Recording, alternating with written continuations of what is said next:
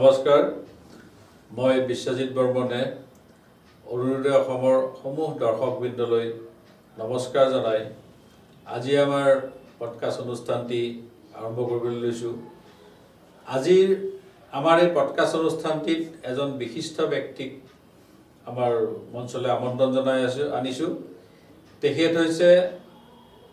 অসম চৰকাৰৰ পেঞ্চন বিভাগৰ অৱসৰপ্ৰাপ্ত ডাইৰেক্টৰ আৰু সদ্যহতে অধিবক্তা শ্ৰী নিমাই চন্দ্ৰ দাস। তেখেতে এজন সমাজসেৱকো। দাদা নমস্কাৰ। নমস্কাৰ। অৰুণোদয় অসমৰ আজি পডকাষ্ট অনুষ্ঠানলৈ আপোনাক স্বাগতম জনাইছোঁ। নমস্কাৰ। অৰুণোদয় অসম পবিত্ৰ অনুষ্ঠানটোৰ বিষয়ে মই 2 বছৰমান আগৰ পৰা শুনি আছোঁ আৰু আজি উক্ত অনুষ্ঠানত মঞ্চত আহি মই নিজকে ধন্য মানিছোঁ আৰু আপোনালোক সকলোলৈ মই আন্তৰিকতাৰে মই ধন্যবাদ জনাইছোঁ আৰু আগলৈও মই এই অৰুণোদয় অনুষ্ঠানৰ লগত মই জড়িত হৈ থাকিম বুলি ভাবিছোঁ।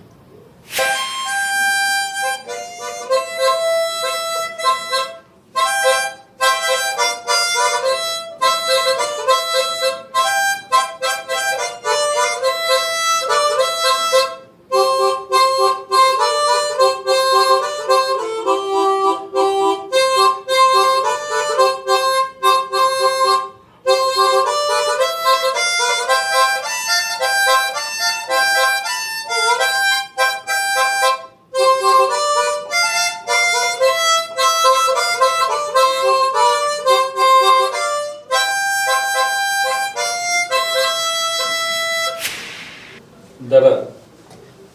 আজি আপোনাক এই অনুষ্ঠানলৈ মাতি অনা হৈছে কিয়? আপুনি এজন সমাজসেৱক হিচাপেও পৰিচিত আৰু আপোনাৰ বিষয়ে শুনি আছোঁ। আপুনি সমাজসেৱা কৰিছে আৰু আপুনি অসম চৰকাৰৰ অৱসৰপ্ৰাপ্ত ডাইৰেক্টৰ, পেঞ্চন ডাইৰেক্টৰ আছিলে আৰু এতিয়া আপুনি লগতে ওকালতিও কৰি আছে, লগতে সমাজসেৱা আছেই। গতিকে আপোনাৰ আচলতে আমাৰ প্ৰথম প্ৰশ্নটো হৈছে কি, আপুনি মই শুনা মতে কিমান দূৰ সত্য মই নাজানো, কিন্তু আপুনি হেনো ক্লাছ 7 মানৰ পৰাই পঢ়া বাদ দি তাৰপিছত আপুনি কিদৰে গৈ আজি এই ডাইৰেক্টৰ আসনখন পালে আৰু সেই আসনৰ পৰাই আপুনি অৱসৰ ল'লে, এই পৰিক্ৰমাটোৰ ওপৰত অকণমান জানিলে আমাৰ ভাল লাগিলহেঁতেন। এইটো সঁচাকৈ মোৰ জীৱনত এটা আচৰিত ঘটনা হৈছে, যিটো অবিশ্বাস্য। মোৰ দেউতা যেতিয়া মই ক্লাছ 7ৰ পৰা 8লৈ উত্তীৰ্ণ হওঁ, দেউতা মোৰ মাৰা যায় আৰু দেউতা মাৰা যোৱাৰ পাছত মোক পঢ়োৱাৰ বাবে কোনো আগবাঢ়ি অহা নাছিল। মই কিন্তু এটা মোৰ বিশেষত্ব আছিল কি, মই বিচলিত হোৱা নাছিলোঁ। মই তেতিয়াই সিদ্ধান্ত ল'লোঁ যে মই গোটেই ইণ্ডিয়া ঘূৰি কিনে মই বিদেশত যাম। সেইকাৰণে মই ঘৰত অধ্যয়ন কৰি আছিলোঁ আৰু এটা কথা কি, মই সৰুৰ পৰা মোৰ কোনো বন্ধু বান্ধৱ নাছিল। তে অধ্যয়ন কৰি থাকোঁতে 2 বছৰৰ পিছত 2জন বেংগলী ল'ৰাই মোক কলিকতা বুলি লৈ গ'ল। এই কলিকতা বুলি লৈ গৈ, এইবোৰ বহুত দীঘলীয়া কথা। মই কলিকতাত গ'লোঁ, তেওঁলোকে যিটো কোম্পানীত লৈ গৈছিল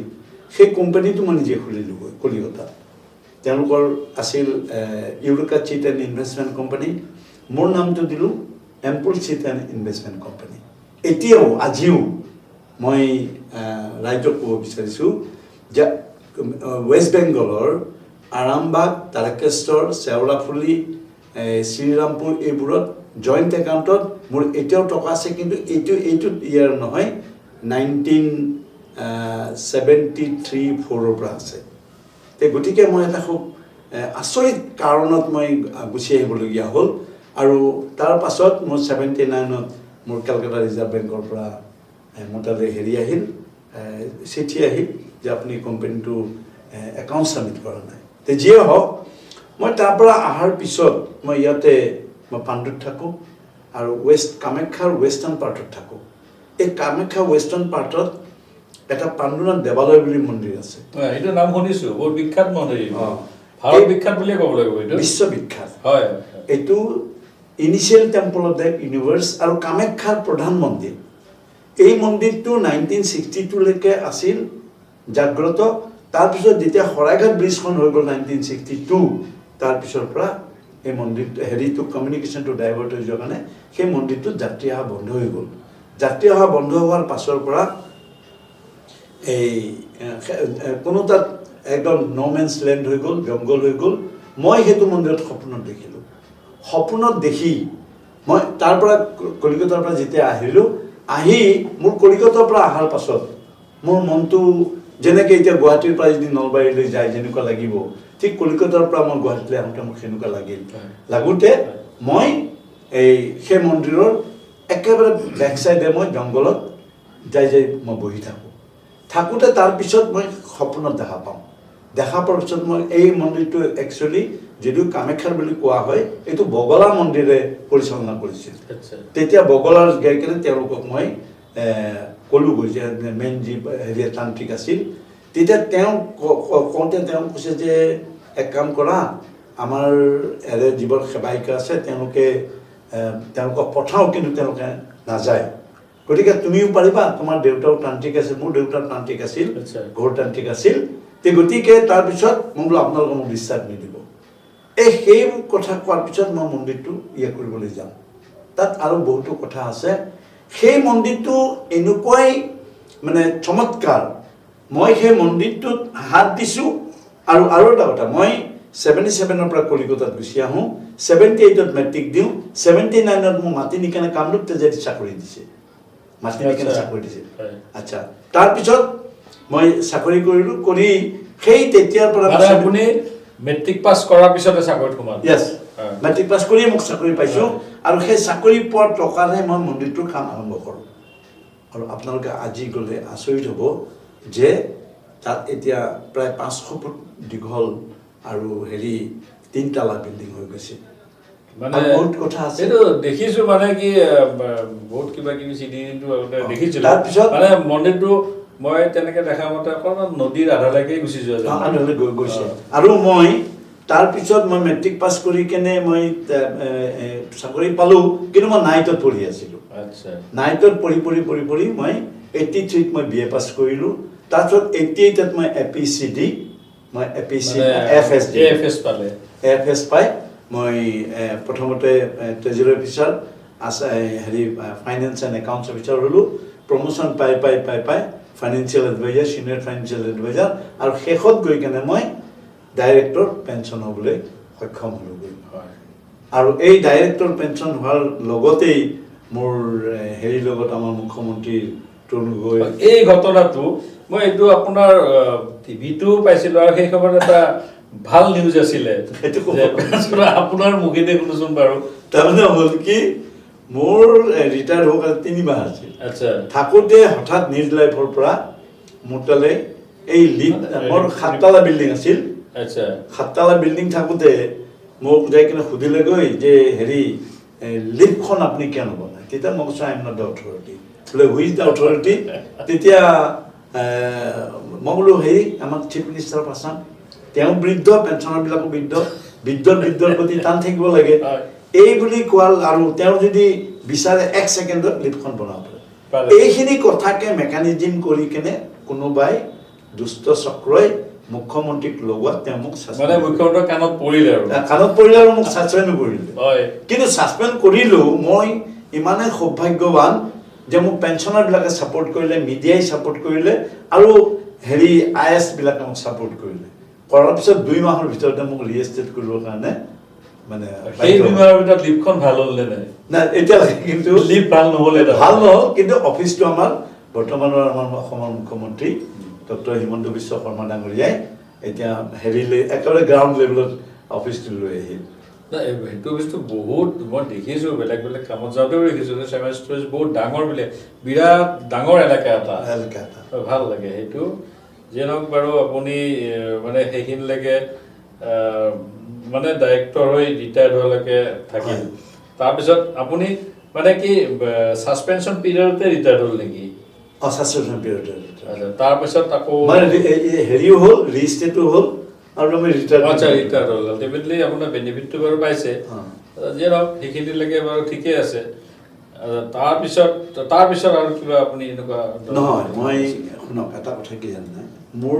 লাইফ হিষ্ট্ৰীটো যদি কোনোবাই নৱপ্ৰজন্মই অনুকৰণ কৰে তেওঁলোকে কাৰণ মই এটা কথা বিচলিত হোৱা নাছিলোঁ মোৰ বহুতো হেৰি আহিছিল ঘাত প্ৰতিঘাত আহিছিল কিন্তু মই বিচলিত হোৱা নাছিলোঁ আৰু বিচলিত নোহোৱাৰ কাৰণে মোৰ চাকৰি কৰাৰ পাছৰ পৰা মই কিন্তু বহুতে হয়তো পঢ়াত অধ্যয়ন হেৰি নিদিলেহেঁতেন কিন্তু মই নাইটত পঢ়ি মই ইভেন LLBও কৰিলোঁ LLB কৰাৰ কাৰণেতো আপুনি অধিবক্তা হ'ল বুজি পাইছোঁ মানে আপুনি আচলতে চাকৰি কৰি থাকোঁতেই নাইটত পঢ়ি BA পাছ কৰিলে তাৰপিছত লগতে আপুনি LLBটো এনেও আৰু ইভিনিং শিফ্টে আছিল যেতিয়া আপোনাৰ প্ৰব্লেম নাছিলে মানে গভৰ্ণমেণ্ট ল কলেজৰ প্ৰব্লেম ইভিনিং আছিলে জানো গতিকে আপুনি চাকৰি কৰি উঠিও হেৰি কৰিব পাৰে পাৰ্মিশ্যন ল'ব লাগে বা এনেও ক্লাছবিলাক 5টা বজাৰ পিছতে হ'ব যিহেতু আপোনাৰ তেতিয়াতো 4:15 5টা এনেকুৱাই আছিলে তাৰপিছত আপুনি ক্লাছ কৰিব পাৰে যিয়ে নহওক এইটো এটা মানে ডাঙৰ পৰিক্ৰমা আৰু আপুনি যে ইমানখিনি ষ্ট্ৰাগল কৰি মোৰ আৰু এটা মাজত এটা মোৰ মানে হেৰি আহিছে এই কুৱেশ্যন এটা আহিছে যে মই শুনিছোঁ আপুনি হেনো খুব ভাল মাউথ অৰ্গেন বজায় মানে অসমৰ বিভিন্ন মঞ্চত বজোৱা মই মানে টিভিত দেখিছিলোঁ কিন্তু মই লাষ্ট এবাৰ আপোনাক দেখিছিলোঁ আপোনাৰ ভূপেশ হাজৰিকাৰ সমাধি ক্ষেত্ৰত আপুনি ভাল মাউথ অৰ্গেন বজাইছিলে গতিকে আমাক এই মাউথ অৰ্গেনৰ আচলতে মাউথ অৰ্গেনৰ ওপৰত ক'ব লগা মানে কি আগতেতো আমিও সৰুতে সৰু মাউথ অৰ্গেন কিনি এনেকৈ বজাইছিলোঁ সাৰেগামা কিবাকে আচলতে সিমানতে শেষ হ'ল এই বাদ্যটো বজোৱা কিন্তু বহুত সহজ কথা নহয় দেই এইটো আপোনাৰ কমপ্লিট আমাৰ এটা শংখ এটা বজোৱা যেনেকুৱা তাতকেতো বহুত বেছি এইটোতো আৰু হেৰি সুৰত যাব গতিকে এই বস্তুটো আপুনি কেতিয়াৰ পৰা আৰম্ভ কৰিলে এইটো মানে বহুত মানে আপুৰুগীয়া বুলিয়ে ক'ব লাগিব মানে অসমৰ ভিতৰত মানে কেইজন মানুহে বজায় সেইটো নাজানো কিন্তু আপুনি যে বজায় সেইটো জানো অসমত মই ৰাইজক ক'ব বিচাৰিছোঁ যে ৰাইজ এজন ব্যক্তিয়ে যদি ইচ্ছা কৰে তেওঁ সেই কামটোত সফল হ'ব পাৰে কিন্তু নিজক ফাঁকি দিব নালাগে নিজক ফাঁকি দিয়া ব্যক্তিয়ে কেতিয়াও তেওঁ ছাকচেছ হ'ব নোৱাৰে মই মাউথ অৰ্গেনটো শিকিলোঁ এইটো মই সৰুকৈ কৈ আছোঁ মোৰ এজন বন্ধু আছিল বন্ধুজনৰ নাম আছিল ৰবীন ইণ্টি তেওঁ মিৰি মানুহ আছিল তেওঁৰ দেউতাক আছিল জিতেন্দ্ৰ ইণ্টি তেওঁৰ হেৰি ৰেলৰ ক্লাছ 1 গাৰ্ড আছিল সেই ইণ্টি চেণ্ট্ৰেল স্কুলত পঢ়িছিল আৰু আমি একেবাৰে দুখীয়া আৰু সেই ৰবীন ইণ্টি আছিল খুব ধনী তে আমাৰ তথাপি কিন্তু ধনী যদিও মোৰ বন্ধু আছিল আমাৰ 4-5জন আমি একেলগে আছিলোঁ তেওঁ মাউথ অৰ্গেনটো তেওঁ দুটা বস্তু কোৱালিটি আছিল মাউথ অৰ্গেন বজাইছিল আৰু তেওঁ আৰ্ট কৰিছিল আৰু এই দুইটা বস্তু মই আয়ত্ত কৰিছোঁ হয়তো সেইটো সময়ত ভগৱানে মোক সেইখিনি চিন্তাধাৰা দিছিল যে মাউথ অৰ্গেনটো আপোনালোকে আচৰিত হ'ব মই আপোনালোকক দেখুৱাই দিওঁ ঠিক মাউথ অৰ্গেনটো এনেকৈ থৈ দিয়ে বজাই থৈ দিয়ে আমি কথা বতৰা পাতি থাকোঁ কিয় জানো মোৰ সেই মাউথ অৰ্গেনটোৰ প্ৰতি অলপ আকৰ্ষণ হ'ল হওঁতে মই এনেকৈ কথা পাতি থাকোঁতে মই এনেকৈ চুই কেনেকৈ থাকোঁ এনেকৈ চুই এনেকৈ থাকোঁ এনেকৈ এইটো ধৰক এবছৰীয়া হ'ব পৰিক্ৰমা হ'ব তাৰপিছত গৈ মই এনেকৈ চুই থাকোঁ একো নকয় এনেকৈ চুই থাকোঁ একো নকয় তাৰপিছত গৈ কেতিয়াবা এনেকৈ লৈ কেনে ফুক্ক মাৰি কেনে মই থৈ দিওঁ আকৌ মই এনেকৈ লওঁ থৈ দিওঁ যেন চাইছোঁ গালি পাৰিব তে গতিকে এনেকৈ কৰি এদিন কি হ'ল মই এই ভোগ কৰোঁতেই মই বজাওঁ বজাই কেতিয়াবা 1 মিনিট বজাওঁ হেৰি 5 ছেকেণ্ড বজালোঁ 10 ছেকেণ্ড বজালোঁ এনেকৈ ক্ৰমান্বয়ে বঢ়াই 1 মিনিট 2 মিনিট বজোৱা হ'লোঁ আৰু এদিন মই মোৰ বন্ধু ৰবীন ইণ্টিক ক'লোঁ যে বন্ধু তুমি মোক মাউথ অৰ্গেনটো 1 ৰাতিৰ কাৰণে দিয়া না কিন্তু তেওঁ মোক নিদিলে আৰু নিদিলাই সংঘাতে আনে নতুন দিগন্ত একদম মোৰ সংঘাত আহিল আচল কথা যে মই মাউথ অৰ্গেনটো মই যেনেকৈ হওক মই কিনিম আৰু মই খুবেই দুখীয়া আছিলোঁ এইটো সময়ত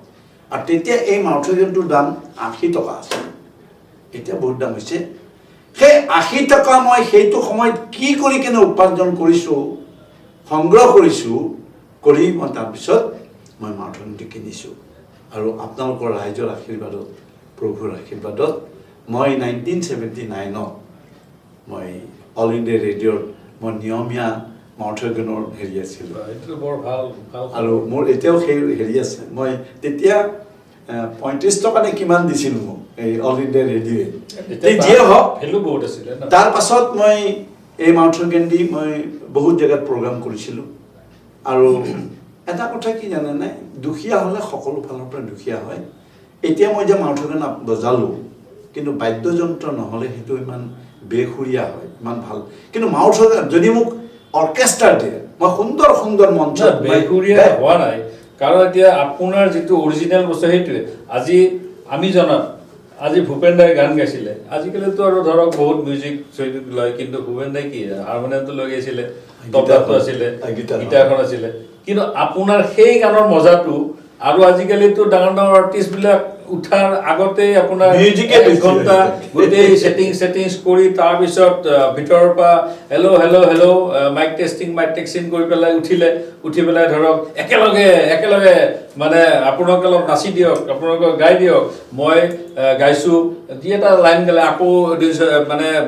দৰ্শকৰ মাইকটো দিলে অলপ গালে সেই মজাটো আৰু ভূপেন দাৰ মজাটো বেলেগ আছিলে গতিকে এইটো আপুনি সেইটো হেৰিতে ধৰক ইয়াৰে এতিয়া আপোনাৰ ইয়াৰ মজা যিটো আৰু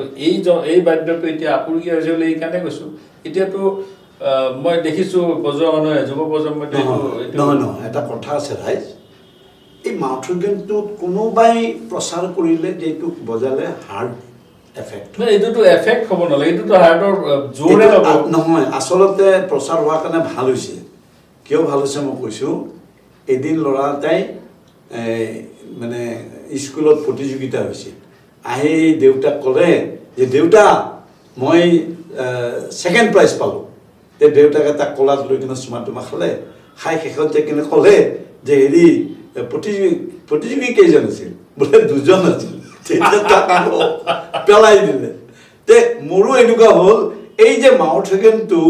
বুকুৰ বিষ হয় বুলি কোৱাৰ কাৰণে চবে বজোৱা বন্ধ কৰিলে বন্ধ কৰাৰ কাৰণে মই এতিয়া শ্ৰেষ্ঠতম হ'বলৈ গৈ না এইটো যে এতিয়া মানুহে যোগা কৰে অনুলোম বিলোম কৰে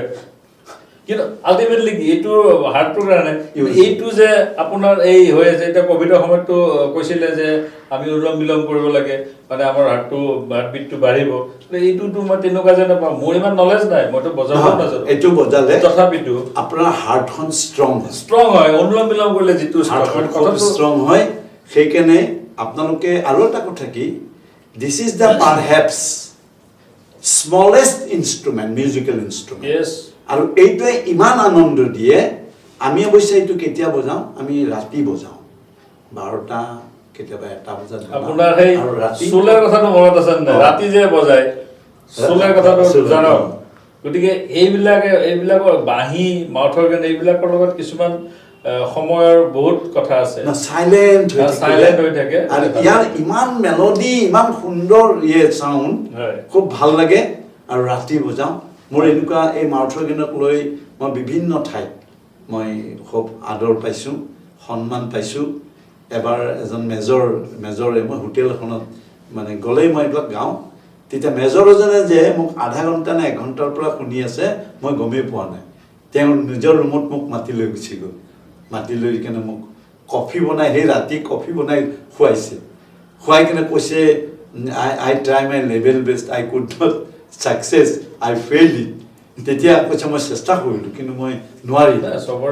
মই ট্ৰেইনত যেতিয়া জাৰ্ণি কৰোঁ কেতিয়াবা মই নিজে যেতিয়া বজাওঁ মোক চবেই মাতি লৈ যায় মাতি লৈ কিনে ঘেৰাও কৰি ধৰি এইবোৰ কথা কৈছে আপোনালোকৰ সাধু কথা যেন লাগিব কিন্তু এইবোৰ বাস্তৱ সত্য কথা দাদা মোৰ ধাৰণা মতে আচলতে এই আপোনাৰ যিজন বন্ধু বুলি কৈছে ৰবীন ইংতি নহয় জানো আচলতে তেখেতে আপোনাৰ টাৰ্ণিং পইণ্ট বুলি ক'ব লাগিব মোৰ গুৰু গতিকে তেখেতৰ কাৰণে কিন্তু আজি আপুনি এই মাউথ অৰ্গেনটো এইখিনি পৰ্যায় পাইছে সেইটো সময় যদি তেওঁ মোক মাউথ অৰ্গেনটো দিলেহেঁতেন তেতিয়াহ'লে মই নোৱাৰিলোঁ তেতিয়া এতিয়া কাৰণে মোৰ এটা সংঘাত আহি গ'ল এটা চেলেঞ্জিং মূলত আপুনি কামটো কৰাৰ নিচিনা হ'ল গতিকে যিয়ে নহওক আচলতে আপুনি তেওঁক ধন্যবাদে দিব মানে তেতিয়া আপুনি বেয়া পাইছিলে হয় কিন্তু এতিয়া তেওঁৰ কাৰণে আপুনি স্বীকাৰ কৰিছে আৰু এইটোৱে বহুত হেৰি কৰে যেনেকৈ আৰ্টে কৰে মই আৰ্টো জানো বা আৰ্টে কৰে কেনেকৈ মই আপোনাক কৈছোঁ বেকাৰ থাকোঁতে এজন অফিচাৰৰ তাত মই ঘৰত গৈছিলোঁ যাওঁতে আমি বাৰান্দাত বহি আছোঁ, কিন্তু সেইকাৰণে কি জানে নাই, আপোনালোকক কৈছোঁ, আপোনাৰ নৱপ্ৰজন্মক কৈছোঁ যে কোৱালিটি যেতিয়া গেডাৰ কৰিব তেতিয়া আপোনাৰ কেতিয়াও বিপদ কেতিয়াও নহয়। আপোনাক আপুনি বহু ধৰণৰ সুবিধা পাব। মই এই সৰুটো কথা কৈছোঁ যে এতিয়া মই বাহিৰত বহি আছোঁ, ভিতৰত কোন আছে মই নাজানো, কিন্তু মাজে মাজে এটা সৰু সৰু বাচ্চা এটা খুব বেছি 3 বছৰ 4 বছৰ হ'ব, এই নিগনিৰ দৰে আহি কেনে আকৌ ভিতৰত সোমাই যায়। তেতিয়া মই তাক ক'লোঁ হেৰি কাগজ এখন দে, কাগজ এখন। সেই কাগজ এখন আনি দিলে, দিওঁতে মই এটা এছ লিখিলোঁ। এছ এটা লিখি মই কৈছোঁ এইটো এছ কি, তেতিয়া সি মনোযোগ দিছে, এছ এছ। লগে লগে মই তাৰ সন্মুখতে এছটোক এটা ৰাজা বনাই দিলোঁ। সি ইমান হাঁহি মাৰিছে, সেই কাগজখন লৈ গৈ ভিতৰলৈ গ'ল। মাকে ভাবিছে তাক ইমান ভাল খুৱাওঁ, ভাল পিন্ধাওঁ, কোনোদিন তাৰ এটা ভাল হাঁহি নাপাওঁ, এইটো ক'ৰ মানুহ আহিল, সি মোৰ ল'ৰাটোক এনেকুৱা হঁহুৱাইছে। লগে লগে তাৰ পৰা হেৰি যাই কিনে এগিলাচ পানী আহিল, তাৰ অলপ পিছত চাওঁ যে একাপ চাহ আহিল। একমাত্ৰ সেই আৰ্টৰ গুণটো থকাৰ কাৰণে, এছটোক মই ৰাজা বনোৱাৰ কাৰণে। গতিকে কোৱালিটি আপোনাৰ যদি থাকে, আপুনি কেতিয়াও অৱহেলিত নহয়। আৰু এনেকুৱা আমি বহুত আছে, মই এইবোৰ কৰোঁ। এতিয়া চব মই পেপাৰত লিখোঁ, মই আৰ্ট কৰোঁ, মই ডিজাইন কৰোঁ, আৰু মাউথ অৰ্গেনটো বজাওঁৱেই। আৰু মই চিভিল ডিফেন্সৰ মই এতিয়া বৰ্তমান আপোনালোকে হয়তো মই কোৱা এইকাৰণে কৈছোঁ আপোনালোকক এনকাৰেজ কৰিবৰ কাৰণে। মই ৰিটায়াৰ্ড হ'লোঁ 16ত, মোক আকৌ এই যোৱা বছৰ চিভিল ডিফেন্সৰ মোক চিফ ৱাৰ্ডেন পাতি দিছে। আৰু মই ব্ৰহ্মপুত্ৰত মই সাঁতোৰ, মই 2বাৰ ব্ৰহ্মপুত্ৰ পাৰ হৈছোঁ সাঁতুৰি কেনে। আৰু মই 3টা ল'ৰাক মই হেৰি কৰিলোঁ, এই পানীত ডুবি গৈছিল,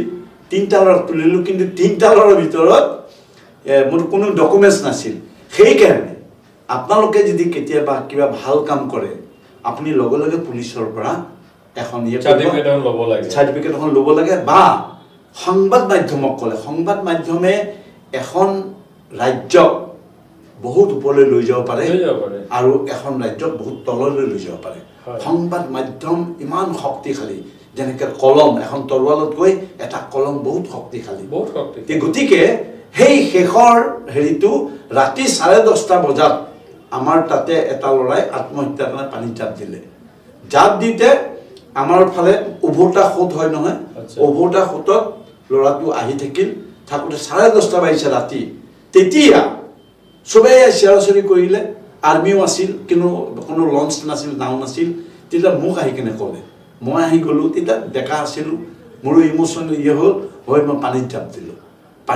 কিন্তু মই লগত এডাল সৰু বাঁহ লৈ গৈছোঁ। কোনোদিন পানীত হাতেৰে ধৰিব নালাগে। গ'লোঁ, কিন্তু মোক ল'ৰাটোক মই বচোৱা নাই, বচাইছে ব্ৰিজৰ এটা লাইটে। কাৰণ পানীত জাপ দিয়াৰ লগে লগে মোৰ পানীত অন্ধকাৰ হৈ গ'ল। তেতিয়া সেই লাইটটোৰ লগত মই হেৰি কৰি বেলেঞ্চিং কৰি তাৰ মাথাটো মই দেখি দেখি তাক সাঁতুৰি গৈ কেনে সোঁতৰ মাজৰ পৰা তাক মই ধৰি আনিছিলোঁ। আৰু কোন এজন, মই তাৰ নামটো নাজানো, কোনে সেইটো পিছদিনাখন দুঃসাহসিক ব্যক্তি বুলি পেপাৰত লিখি দিলে, আৰু on the basis of date মই ৰাষ্ট্ৰপতি পুৰস্কাৰ পাইছোঁ। এইটো বহুত ভাল খবৰ। সেইকাৰণে এইবোৰ কথা বহুতে নাজানে, সেইকাৰণে আপোনালোকক কৈছোঁ ভাল কাম কৰোঁ। আৰু মই কিন্তু এটা কথা, এনেকুৱা ৰাস্তাত এক্সিডেণ্ট হোৱা মই বহুতকে ৰেস্কিউ কৰিছোঁ। এনেকুৱা ক'বলগীয়া বহুত কথা আছে। সেইকাৰণে আৰু আৰক্ষী শুনক, আমি আৰক্ষীক কিছুমান কথাত আমি এনেই দোষ দিওঁ। আৰক্ষী কিন্তু তেওঁলোকে যথা হেৰি কৰে, কিন্তু পৰিস্থিতি তেওঁলোকক বাধ্য কৰায়, সেইবোৰ কথা এতিয়া মই নকওঁ। কিন্তু মই আৰক্ষীক বহুত সহায় কৰিছিলোঁ। আপোনালোকেও যদি কৰে, তেতিয়াহ'লে আপোনালোকেও ৰাষ্ট্ৰপতি পুৰস্কাৰ পোৱাৰ আপোনালোকে যোগ্যতা আছে, আৰু আপোনালোকে পাব। গতিকে মোৰ ক'বলগীয়া বহুত কথাই আছে। আজি আমি এই অৰুণোদয় অনুষ্ঠানত আহি কেনে মোৰ সঁচাকৈ ভাল লাগিছে, যে মোৰ অন্তৰৰ কথাবিলাক ক'ব বিচাৰিছোঁ। আৰু মোৰ যিখিনি মই যিটো সাধনাৰে, আপোনালোকে যদি যায়, আমাৰ তাত 170 ফুট দীঘল আমাৰ এখন বাগিচা আছে। এই বাগিচাখন মানে আপুনি আচৰিত হ'ব।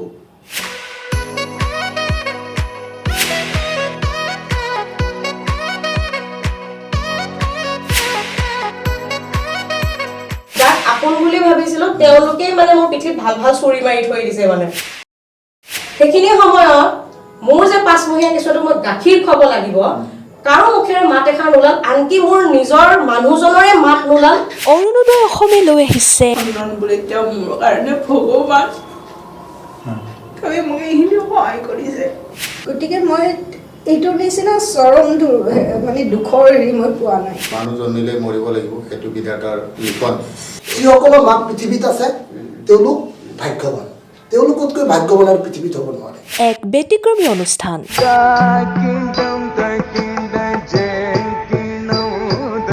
চাবলৈ নাপাহৰিব, য'ত থাকিব অসমৰ চুকে কোণে লুকাই থকা বিভিন্নজনৰ সুখে দুখে ভৰপূৰ জীৱন সংগ্ৰামৰ মন চুই যোৱা এক বিশেষ অনুষ্ঠান।